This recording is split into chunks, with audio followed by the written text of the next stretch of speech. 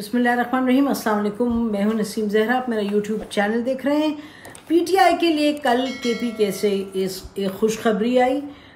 कोई 18 के करीब डिस्ट्रिक्ट्स थे। पेशावर, मर्दान, चारसदा, खैबर, कोहाट, बन्नू, लकी, मरवत, लोअर दीर, अपर दी वगैरह कोई 18 के करीब थे, जिसमें से के 72 सीट्स पर इलेक्शंस थे। पोलिंग स्टेशंस थे कोई 256 और उसमें मर्दों के थे, ख़वातीन के थे, जॉइंट थे और वोटर टर्नआउट ठीक था। और जो रिज़ल्ट आया उसमें 14 जो सीट्स थी 72 में से वो पीटीआई के पास गई, तो सिंगल लीडिंग पार्टी थी। उसके बाद जेयूआई के 6 थे, जमात इस्लामी के 5 थे, एनपी के 5 थे, पीपल्स पार्टी के 2 थे, टीएलपी का 1 था। अच्छा, इंडिपेंडेंट थे कोई 41 थे। और ये कहा जा रहा है कि जो इंडिपेंडेंट थे वो उसमें से बहुत से ऐसे थे, मुख्तलिफ आपको फिगर मिलेगा। कोई कहता है 30, कोई कहता है 32, कोई कहता है 25, तो डिपेंड्स। अब इस पे कोई हतमी बात तो नहीं हो सकती जब तक कि ये जो जीते हैं वो बताएं ना कि कौन सी पार्टी में जाएंगे।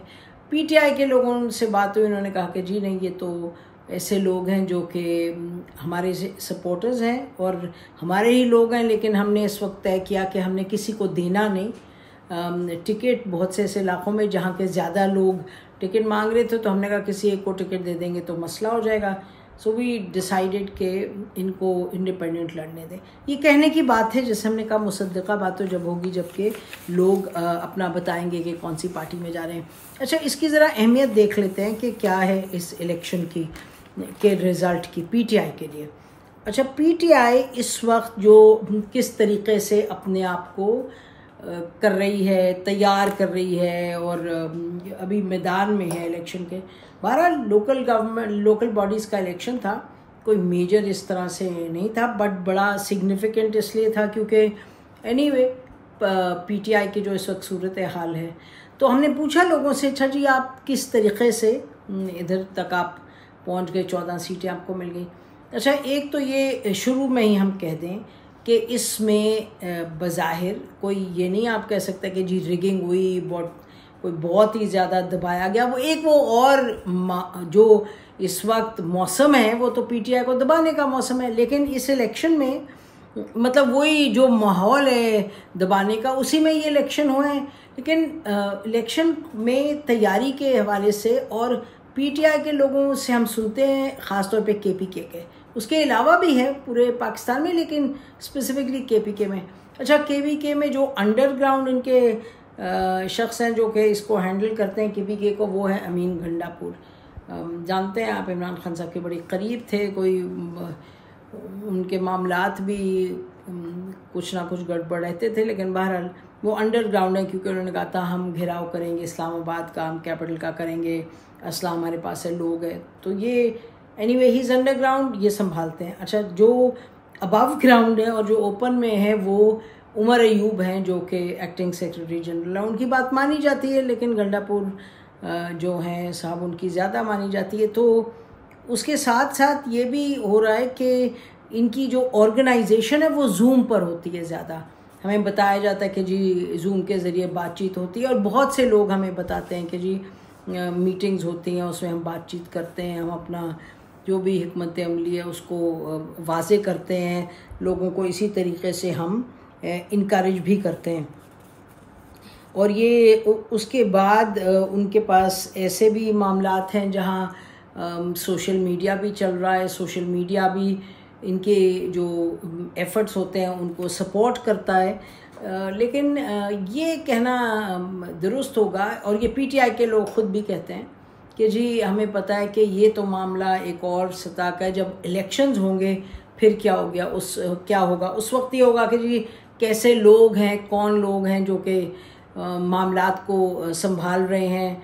अब नौशेरा डिस्ट्रिक्ट में मसलन कहा जा रहा है कि भाई क्या सवाल उठा रहे हैं पीटीआई के भी जो लोग सिंपथाइजर्स हैं, वो कह रहे हैं कि जो वो वहाँ लीडरशिप है, क्या वो इनको कर सकेगी खटक साहब को, परवेज़ खटक साहब को काउंटर जब इलेक्शन का वक्त आएगा। तो ये जो है बड़ी एक इनकरेजिंग था पीटीआई के लिए, और ये भी कि भाई अच्छा सिस्टम चल रहा है किसी हद तक, लेकिन साथ साथ ये भी लोगों को इसका एहसास है कि दिस इज़ नॉट इनफ, कि ये तो कोई जो आपके एक्चुअली होंगे प्रोविंशियल नेशनल इलेक्शंस, वो तो गेम ही एक और लेवल की है।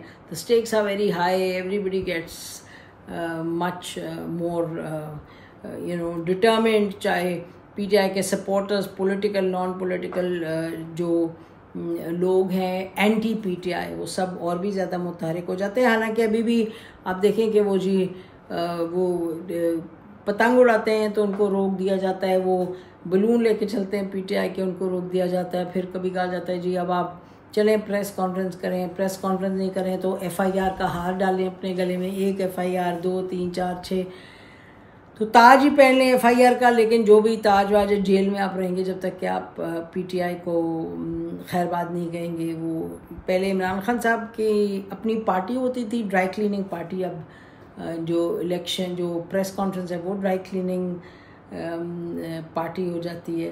तो अब देखते हैं कि क्या होता है, लेकिन फ़िलहाल ये इनकरेजिंग होगा पीटीआई के सपोर्टर्स के लिए, लेकिन वो जो सपोर्ट को कन्वर्ट करना इनटू एक्चुअली पार्लियामेंट्री प्रेजेंस, वो देखेंगे कैसा होता है। लेकिन फिल वक्त ये जो मामला है के में लोकल गवर्नमेंट के इलेक्शंस का, ये दिलचस्प है एंड थोड़ा सा मोरल बूस्टर फॉर पीटीआई। हमारी तरफ से इतना ही। खुदा हाफिज़। पाकिस्तान हमेशा जिंदाबाद।